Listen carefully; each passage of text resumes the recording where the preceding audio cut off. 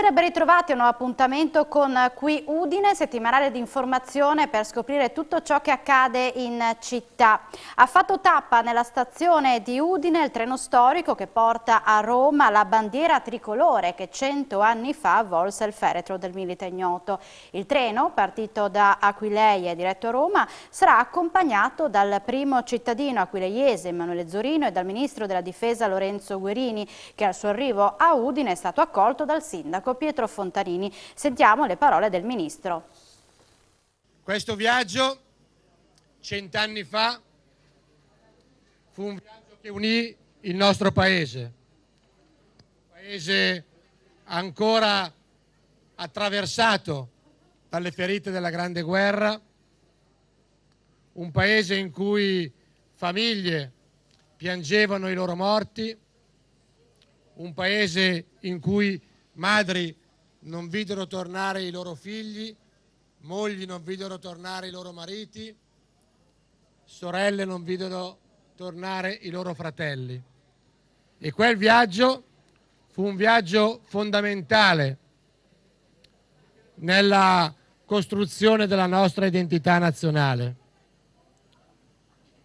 Una costruzione che fu innanzitutto costruzione di un popolo che intorno all'omaggio al Milite Ignoto e ai caduti della Grande Guerra trovò i propri valori fondamentali di convivenza e di costruzione del futuro. Torna a splendere la statua dello scultore Aurelio Mistruzzi, conservata all'interno del tempietto ai caduti di Piazza Libertà. Il Comune di Udine si sta preparando per le celebrazioni del 4 novembre.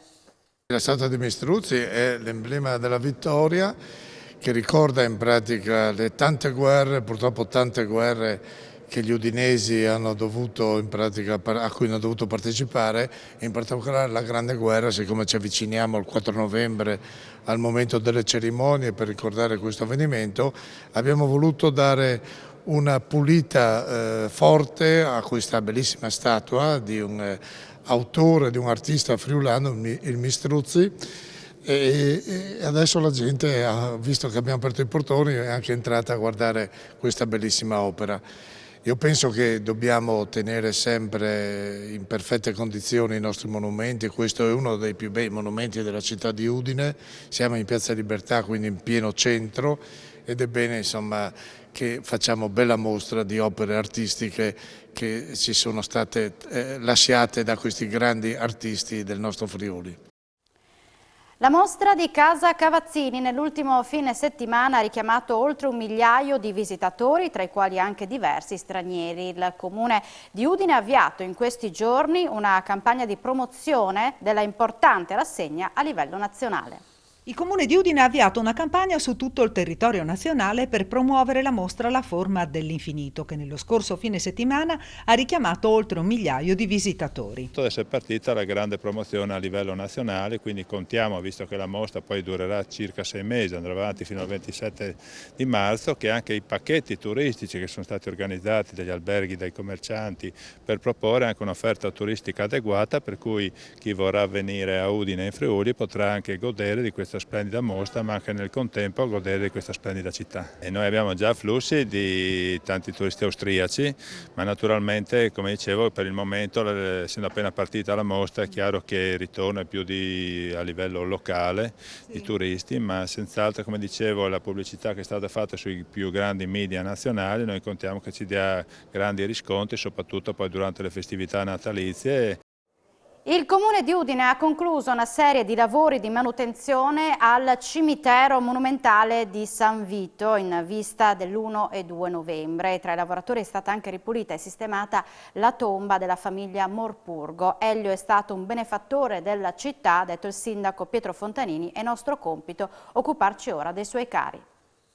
Sindaco, l'impegno del Comune per ricordare una famiglia molto importante per il Comune di Udine, per la storia di Udine, la famiglia Morpurgo. Sì, siamo di fronte alla tomba della famiglia Morpurgo, e Morpurgo furono dei benefattori, in particolare Elio Morpurgo, che non è sepolto qui perché purtroppo il suo corpo non fu mai ritrovato. Lui fu prelevato dai nazisti dall'ospedale di Udine, portato in campo di concentramento. Durante il viaggio morì.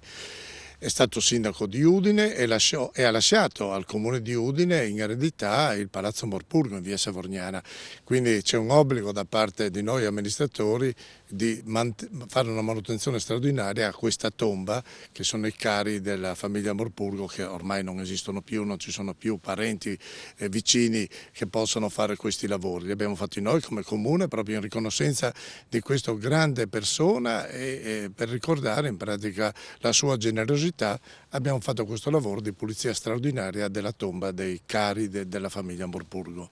Un lavoro che si aggiunge a quelli di manutenzione comune del cimitero monumentale di San Vito anche in vista dell'1 e 2 novembre. Sì, siamo vicini a questo periodo molto importante, ci sono tantissime persone che adesso entrano nei cimiteri a portare i fiori alle tombe dei propri cari e anche noi abbiamo voluto fare qualcosa di straordinario per aumentare la manutenzione, aumentare la pulizia, fare quello che deve essere fatto nei cimiteri. Ne abbiamo 4 in città, questo è il più importante, il cimitero monumentale, però sono cimiteri che vanno manutentati correttamente perché, ripeto, è un momento importante anche questo nella nostra vita, ricordare i nostri morti e quindi tenere correttamente in gestione i campi santi in pratica del nostro comune. Valorizzare il patrimonio rurale cittadino inutilizzato è quanto si prefigge la Giunta Comunale di Udine, che ha approvato le linee guida di un bando pubblico destinato ai possessori di edifici rustici.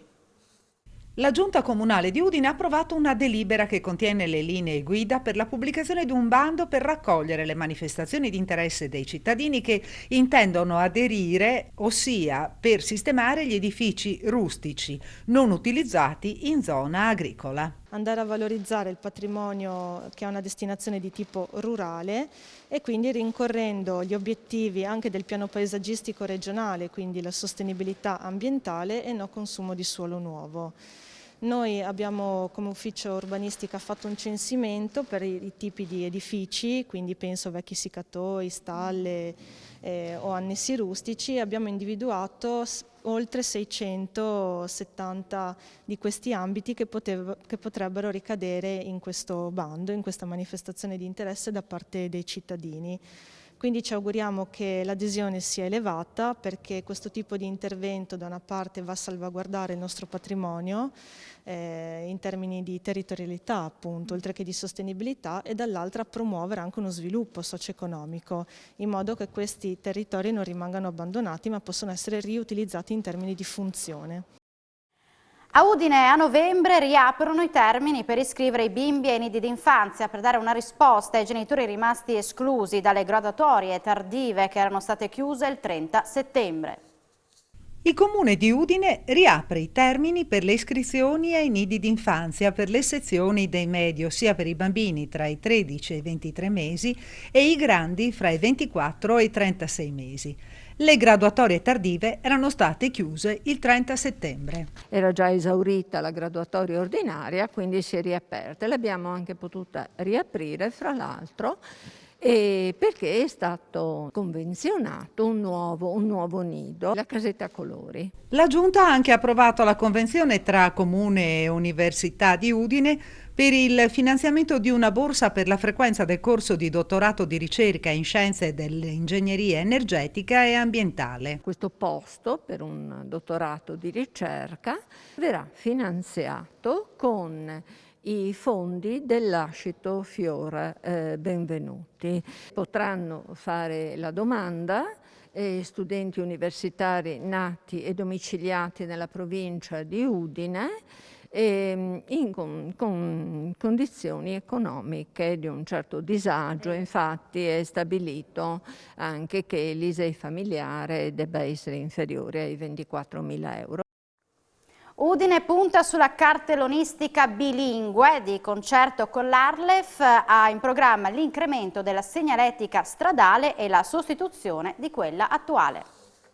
In arrivo a Udine nuovi cartelli per la toponomastica. Lo scopo è di valorizzare la città, fulcro di una regione caratterizzata dal bilinguismo. Con l'Arlef abbiamo partecipato a un bando per poter avere un finanziamento di massimo 50.000 euro, di cui 70% regionali e 30% il Comune di Udine, per sostituire, inserire tutta una serie di tabellonistica stradale, bilingue, italiano e in lingua friulana, sulle varie parti della città, di cui una ventina sono i grandi, diciamo, le grandi strutture, quelle che danno delle segnaletiche all'inizio, per esempio dell'entrata in città, nei punti principali e anche nelle parti di svincoli più importanti. Poi ci sono 300, diciamo, direzionali. Direzionali vuol dire quelle orizzontali che segnano praticamente i vari posti, le varie località, i parchi, e poi 50 quelli marroni turistici che sono necessari per dare anche una impronta identitaria, se così vogliamo chiamare, del nostro Udine, insomma. E per questa sera è tutto, appuntamento con Qui Udine per la prossima settimana. Buona serata.